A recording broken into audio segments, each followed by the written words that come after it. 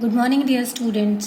Hope you might have understood how you have to do your work as I have given you instructions yesterday, and also I have asked you to draw the picture, write the word meaning and central idea of the poem in your notebooks. So please, those who have not completed, please complete your work. So children, today I am going to explain you the very first chapter of your reader book, which is a poem named The Wind. So children, I have given you yesterday the central idea of the poem. So let's discuss the central idea first and then we will start with your chapter.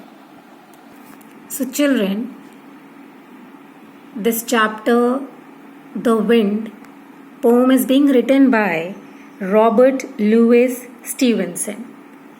So today I will first explain you the central idea of the poem, which is a poem review given in your books. तो जिन्होंने book खरीद ली है वो book से check कर सकते हैं, और जिन्होंने नहीं खरीदी है उनको पीडीएफ फाइल ऑलरेडी भेजा हुआ है, तो आप वो पीडीएफ फाइल ओपन करके वहाँ से देख सकते हैं. So let's start with the poem review. Nobody can see the wind, although it blows all through the day and night. कोई भी हवा को देख नहीं सकता है, हम सिर्फ महसूस कर सकते हैं. जब भी वो बहती है, और जब वो बहती है तो वो दिन भर बहती है, चाहे दिन हो चाहे रात हो.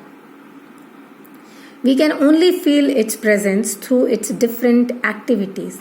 हम सिर्फ उसको महसूस कर सकते हैं जब वो अलग अलग हरकतें करती है. जैसे कभी आंधी तूफान आता है तो आप महसूस करते हैं कि जब आप देखते हो चीज़ें उड़ती हुई तो आप समझ जाते हो कि तूफान आ रहा है. जब हल्की ठंडी हवा चलती है तो वो आपको बहुत अच्छी लगती है. तो डिफरेंट एक्टिविटीज़ हैं, एक्शन है, जिसके थ्रू आप विंड को पहचानते हैं. Nobody is sure about its form and shape. और किसी भी व्यक्ति को, किसी को भी नहीं पता है इसके फॉर्म्स और शेप्स के बारे में कि क्या शेप है विंड का. क्या आप विंड का शेप बता सकते हैं? किसी को भी विंड का शेप नहीं पता है. So children, I hope central idea of the poem is clear to everyone. So let's start with our first paragraph. I saw you toss the kites on high and blow the birds about the sky, and all around I heard you pass like ladies' skirts across the grass. So here the poet is telling you that he saw whom? He saw the wind tossing the kites on high.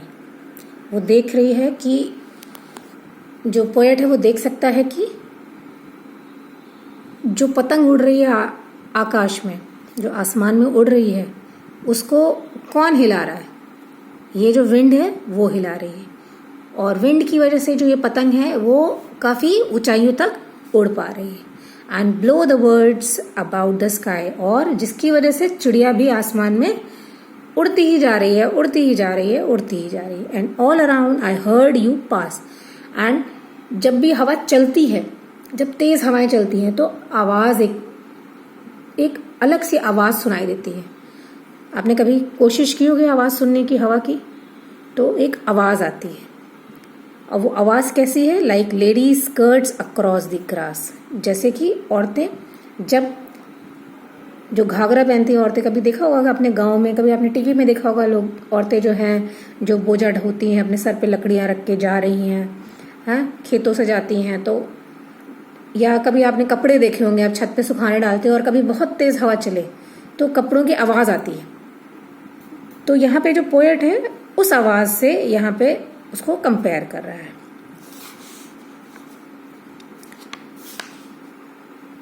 Now moving to the second paragraph. O wind, a blowing all day long. O wind that sings so loud a song. I saw the different things you did, but always you yourself you hid. ओ प्यारी wind, तुम दिन भर बहती रहती हो, दिन भर गाती रहती हो, जोर जोर से गाती हो, और मैंने तुम्हें अलग अलग चीजें करते हुए देखा है, लेकिन तुम खुद से छुप जाती हो, कभी सामने नहीं आती हो। I felt you push, I heard you call. मैंने तुम्हें महसूस किया है पुश करते हुए, मैंने तुम्हें सुनने की कोशिश की जब तुमने मुझे आवाज लगाई है। I could not see yourself at all, लेकिन मैं तुम्हें कभी देख नहीं पाया। Oh wind a blowing all day long. ओ प्यारी हवा, तुम दिन भर बहती रहती हो, तुम जोर जोर से गाती हो, जोर जोर से आवाजें लगाती हो। Oh you that are so strong and cold, और तुम जो कि बहुत ही स्ट्रॉन्ग है और बहुत ही ठंडी है। ओ ब्लोअर आर यू यंग और ओल्ड, ओ बहती हुई हवा, क्या तुम यंग हो या तुम क्या ओल्ड हो। Are you a beast of field and trees, क्या तुम कोई भूत हो जो खेतों में और पेड़ों में जाके छुप जाता है।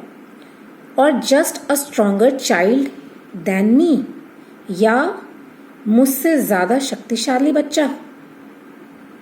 ओ प्यारी हवा, जो तुम दिन भर बहती हो और ये मीठे मीठे गाने गाती हो जोर जोर से आवाज लगा के।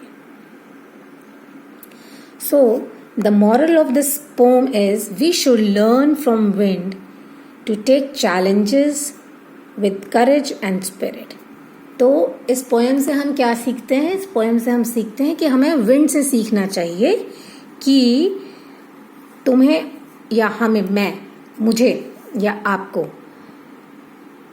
विंड से ये सीखना है कि चाहे कितनी भी मुश्किलें आए, कितने भी डिफिकल्टीज, कितने भी चैलेंजेस आए, हमें उनका डट के सामना करना है पूरी हिम्मत और पूरे स्पिरिट के साथ, ताकि हमारा कोई कुछ भी नहीं बिगाड़ सके।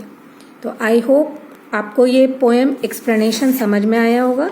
इन केस आपको कोई प्रॉब्लम होती है समझने में तो you can call me up, and आप कोई भी पैराग्राफ में डिफिकल्टी अगर फाइंड करते हैं तो आप मुझसे पूछ सकते हैं। सो children, let's discuss the word meaning of this chapter. Toss, toss का मतलब क्या है? थ्रो समथिंग लाइटली, मतलब धीरे से कुछ फेंकना। हिड, कंसील्ड फ्रॉम व्यू, मतलब नजर के सामने नहीं आना, छुप जाना। अ ब्लोइंग, मूविंग, मतलब चलते रहना, बहते रहना। बीस्ट, वाइल्ड क्रिएचर, मतलब जंगली जानवर, जिसको यहाँ पोएट ने एक जंगली जानवर या भूत से रिलेट किया है। तो आई होप ये वर्ड मीनिंग समझ में आ गया होगा। So children, thank you for listening carefully. Have a nice day.